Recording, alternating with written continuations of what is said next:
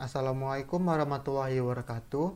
Kami dari kelompok 4 yang beranggotakan Ari Kurniawan, Budi Perdana, Muhammad Rehan Surya, Rafli Haikal, dan Zakiatur Rahmah akan menjelaskan tentang perangkat input, perangkat output, dan perangkat input-output pada komputer. Dan saya sendiri Muhammad Rehan Surya dengan nomor BP 2011-08-2011 berperan sebagai moderator. Sebelum itu, saya akan menjelaskan sedikit tentang perangkat input, perangkat output, dan perangkat output input pada komputer. Baiklah, singkatnya, perangkat input adalah perangkat yang memungkinkan kita untuk memasukkan data ke sistem komputer. Data itu bisa angka, huruf, gambar, suara, audio, video, dan lain-lain. Kemudian perangkat output itu kebalikan dari perangkat input, yaitu bisa mengeluarkan apa yang dimasukkan oleh perangkat input tadi. Jadi misalnya kita memasukkan gambar, maka perangkat output itu akan mengeluarkan gambar. Nah, dari yang dikeluarin oleh perangkat input itu terdiri dari dua, yaitu hard copy dan soft copy. Jadi singkatnya, soft copy ini itu wujudnya bentuknya itu seperti berformat seperti JPG, MP4 atau MP3. Kemudian hard copy itu berbentuk lembaran yang bisa kita sentuh. Kemudian perangkat output input ini adalah perangkat yang multifungsi, itu bisa memasukkan dan bisa mengeluarkan data. Baiklah, untuk penjelasan pertama itu akan dijelaskan oleh Budi Perdana. Kepada Budi, dipersilakan. Bismillahirrahmanirrahim. Baik, sebelumnya saya ucapkan kepada Rehan selaku moderator yang telah memberikan saya kesempatan untuk melakukan presentasi.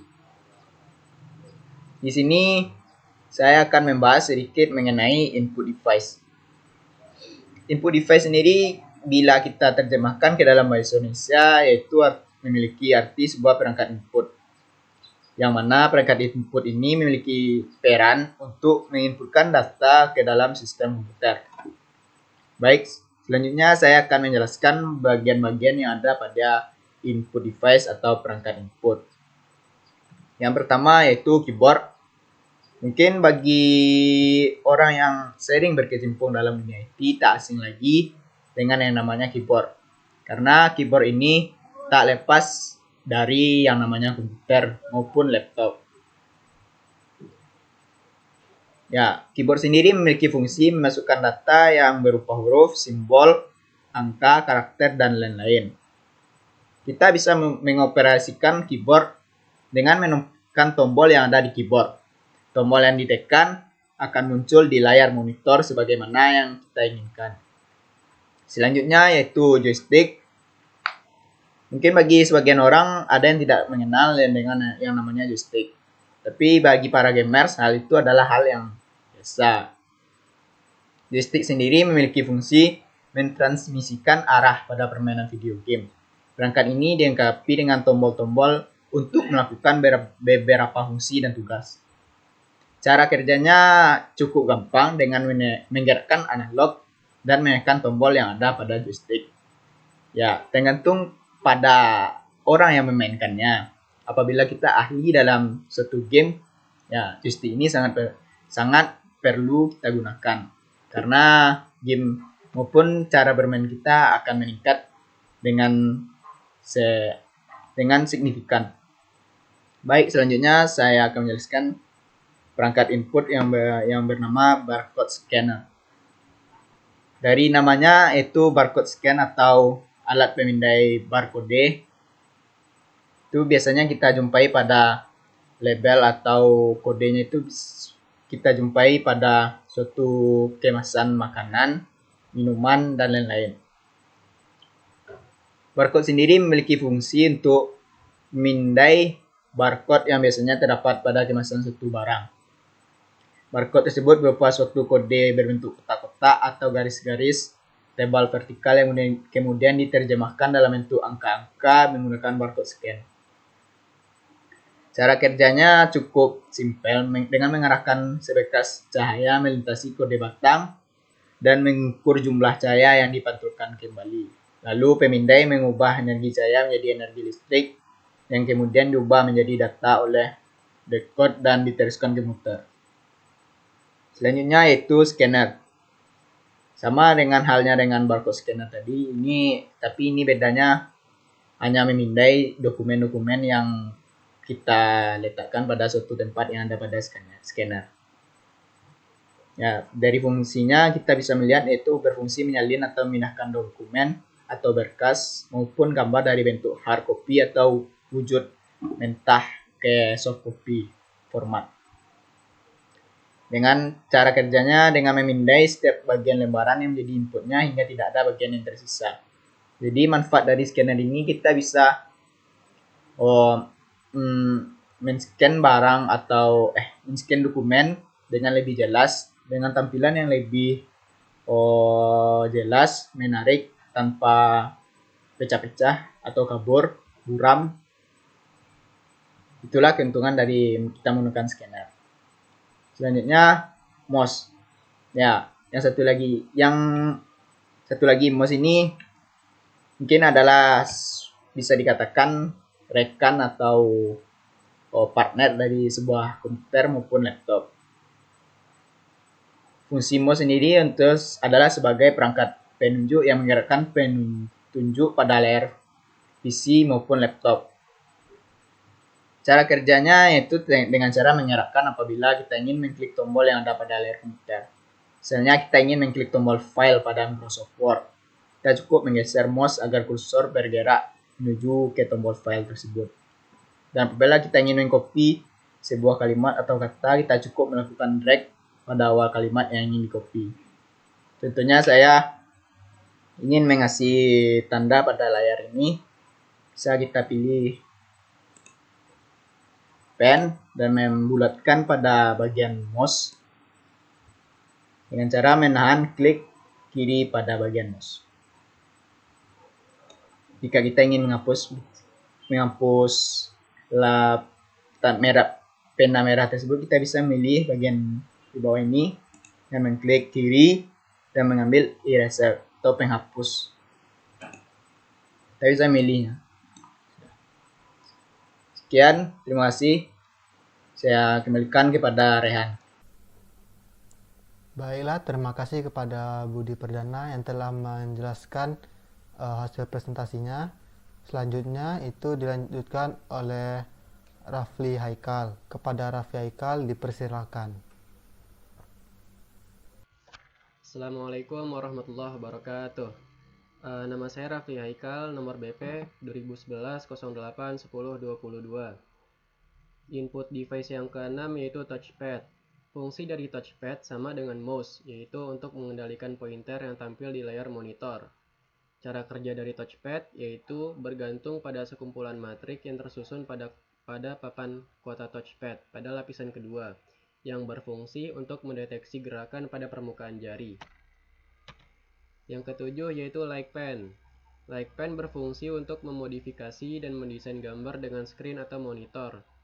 Cara kerja like pen, penggunaan like pen kadangkala dilengkapi dengan papan gambar, di mana papan gambar ini permukaannya terbagi menjadi ratusan area kecil, dan area inilah yang kemudian dihubungkan dengan komputer. Output device. Yang pertama yaitu proyektor. Proyektor adalah untuk menampilkan objek. Fungsi proyektor adalah untuk menampilkan objek atau data, teks, gambar, video yang ada di dalam komputer atau laptop pada sebuah layar atau dinding. Cara kerja proyektor yaitu berdasarkan prinsip pembiasan cahaya, di mana cahaya tersebut dapat dihasilkan dari 3 panel LCD yang dipisahkan berdasarkan 3 warna dasar, yaitu red, green, dan blue. Seperti yang sudah disebutkan, proyektor bekerja berdasarkan prinsip pembiasan cahaya. Panel-panel LCD, liquid crystal display atau layar kristal cair yang terdapat pada proyektor akan menghasilkan cahaya. Yang kedua, headset. Fungsi utama headset adalah sebagai alat reproduksi suara. memang menjadikannya sebagai sebuah teknologi yang dapat menghasilkan suara atau audio yang lebih jernih. Cara kerja headset adalah mengubah arus listrik menjadi gelombang suara yang dapat didengar di telinga kita masing-masing. Yang ketiga yaitu printer laser. Printer laser mempunyai fungsi untuk mencetak file dalam bentuk printout. Cara kerja printer laser adalah dengan prinsip elektrik statis. Awalnya, fotoreseptor drum OPC drum diberikan muatan positif oleh primary charging roller PCR dengan memberikan arus listrik padanya. Bagian ini ada dalam toner cartridge. Kemudian, printer menyorotkan sinar laser yang sangat kecil melewati permukaan fotoreseptor drum untuk memberikan image tulisan atau gambar sesuai dengan data yang dikirim oleh komputer berupa satu garis horizontal pada satu waktu. Sekian dari saya, kurang lebihnya mohon maaf. Wabillahi taufiq wal hidayah. Wassalamualaikum warahmatullahi wabarakatuh. Baiklah, terima kasih kepada Rafli Haikal yang telah menjelaskan presentasinya. Selanjutnya yaitu Ari Kurniawan. Kepada Ari Kurniawan, dipersilakan. Output device selanjutnya itu ada speaker. Nah, sebagaimana teman-teman lihat, speaker ini sudah banyak sekali yang ada di dunia ini. Setiap orang pasti memiliki speaker nih. Nah, fungsi dari speaker ini sendiri adalah untuk mengubah, yang diubah itu adalah gelombang listrik menjadi gelombang getaran yang menghasilkan suara, yang mana suara inilah yang dapat didengar oleh makhluk hidup yang berada di sekitarnya.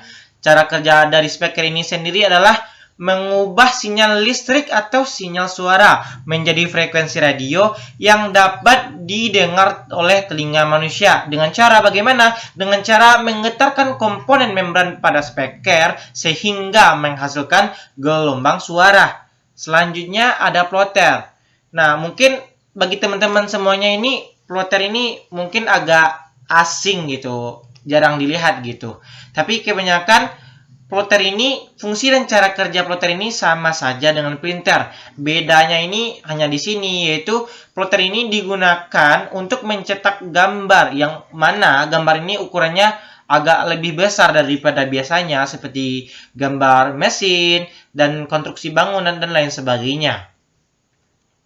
Oke, selanjutnya kita masuk ke perangkat input-output device, yang mana perangkat ini adalah yang menginputkan sekaligus sekaligus mengoutputkan, yang mana perangkat ini adalah multifungsi gitu ya, yang bisa masuk keluar bisa keduanya. Yang pertama itu kita punya modem. Nah, fungsi utama modem ini adalah mengubah sinyal digital komputer ke sinyal analog. Begitu juga sebaliknya, sehingga komputer bisa disambungkan ke internet sehingga kita bisa browsing, buka sosmed dan lain sebagainya. Cara kerja modem ini sendiri adalah komputer sebagai hardware memancarkan sinyal digital yang bisa menghasilkan tampilan dokumen, gambar maupun program. Sedangkan saluran internet melalui telepon ialah perangkat yang bekerja dengan sinyal analog. Sinyal digital dari komputer harus diubah dulu nih menjadi sinyal analog agar bisa melewati saluran telepon. Proses modulasi dan memodulasi yang dilakukan modem menerjemahkan sinyal digital ke analog, serta sinyal analog menjadi sinyal digital. Nah, yang kedua ada di kamera digital. Fungsi kamera digital ini apa? Yaitu untuk menangkap, yang mana menangkap sekaligus menghasilkan gambar. Kita tangkap, habis itu gambarnya juga ada input, output. Bisa tangkap dan juga menghasilkan. Cara kerja dari kamera digital ini sendiri yaitu lensa yang ada pada kamera ini menangkap gambar. Jadi, lalu gambar ini diteruskan ke bagian panel penangkap gambar. Nah, gambar yang ditangkap oleh lensa kemudian dilewatkan pada filter warna yang kemudian akan ditangkap oleh CCD atau bisa kita sebut sensor gambar. Nah, gambar ditangkap oleh lensa dilewatkan pada filter warna yang kemudian akan ditangkap oleh CCD ini sendiri atau sensor gambar tersebut. Gambar yang ditangkap oleh sensor CCD diteruskan ke bagian pemproses gambar yang tugasnya memproses semua data dari sensor CCD menjadi data digital berupa file format gambar serta melakukan proses kompresi sesuai format gambar yang dipilih, baik itu format gambarnya RAW, JPEG, JPG dan format gambar lain sebagainya yang kita ketahui. Nah, jadi Proses yang terakhir itu adalah mengirimkan hasil file gambar dalam format yang telah kita pilih tadi ke bagian penyimpanan atau storage atau memory card.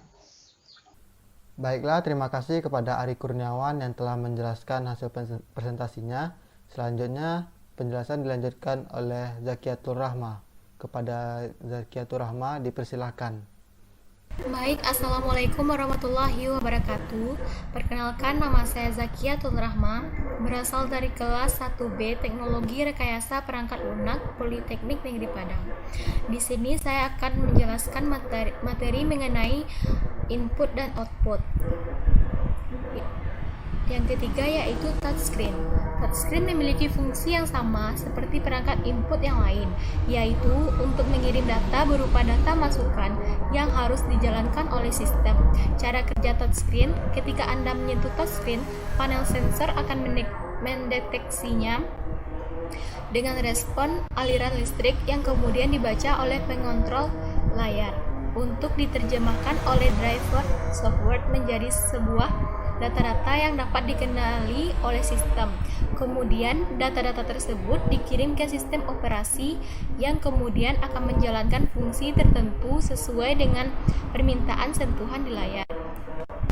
4. CD Compact Disc. Fungsinya sebagai media penyimpanan dan pembacaan data menggunakan sistem optik yang terbuat dari bahan plastik dan berbentuk lingkaran pipih dengan lubang kecil pada bagian tengah. Cara kerja: laser akan menyinari lapisan pelindung yang bening.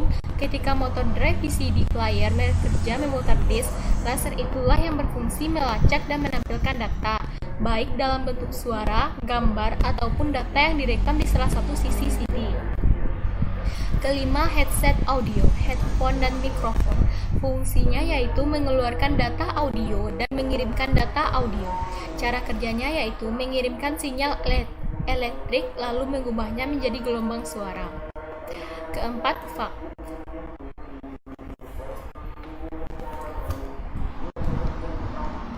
Fungsinya sebagai perangkat komunikasi yang digunakan untuk mengirimkan dokumen dengan menggunakan suatu perangkat yang mampu beroperasi melalui jaringan telepon dengan hasil yang serupa dengan aslinya. Cara kerjanya yaitu message fax diawali dengan keharusan bahwa penerima dan pengirim harus memiliki message fax. Pengirim akan memasukkan dokumen yang hendak dikirim ke bagian feeder message fax dan selanjutnya menekan nomor telepon mesin fax yang dituju. Mungkin hanya itu yang dapat saya sampaikan. Saya kembalikan kepada moderator. Terima kasih kepada Zakiatul Rahma yang telah menjelaskan presentasinya. Dengan demikian berakhirlah presentasi kami. Apabila ada kesalahan, mohon dimaafkan. Kami akhiri. Assalamualaikum warahmatullahi wabarakatuh.